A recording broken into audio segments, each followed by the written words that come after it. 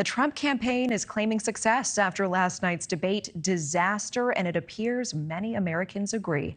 According to a flash poll by CNN, the vast majority of Americans say the former president had a stronger performance over President Biden.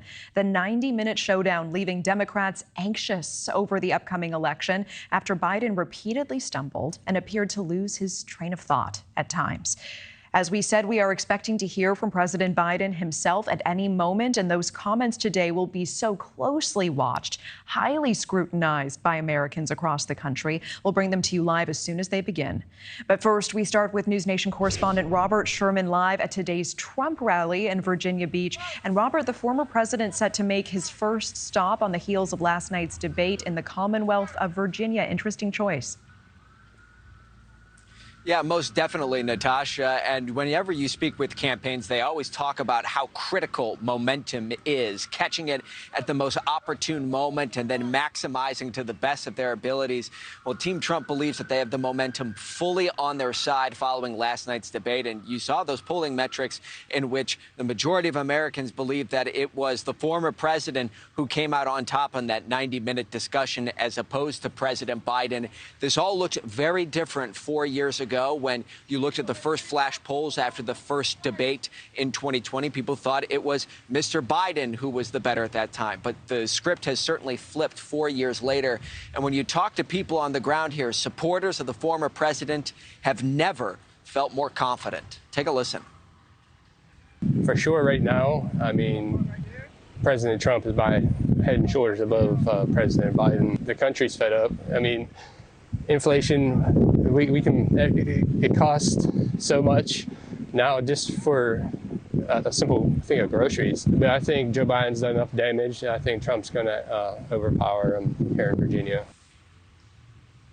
Overpower him in Virginia is what that one Trump supporter thinks. But you look at the polling metrics coming from DDHQ. Look at that neck and neck between the former president and President Biden. You think to 4 years ago, this was a state, the Commonwealth of Virginia, President Biden carried it by about 10 percentage points. This go around, you see metrics such as that, which suggests that the race is within the margin of error. It's up for grab for anyone to take at this point.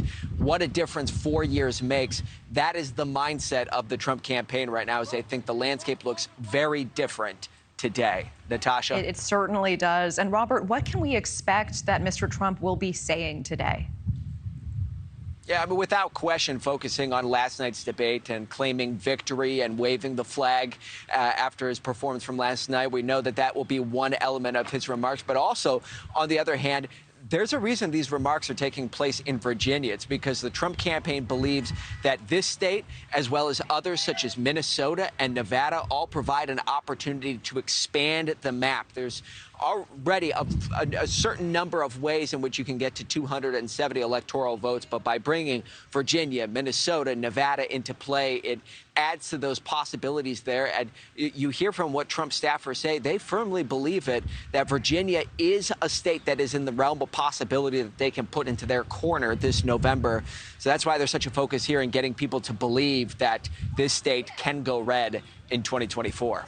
Natasha. Robert Sherman live on the ground there for us. Thank you so much. Thank you for watching. Go to newsnationnow.com to find News Nation on your television provider. And don't forget to click the red subscribe button below to get more of News Nation's fact-driven, unbiased coverage.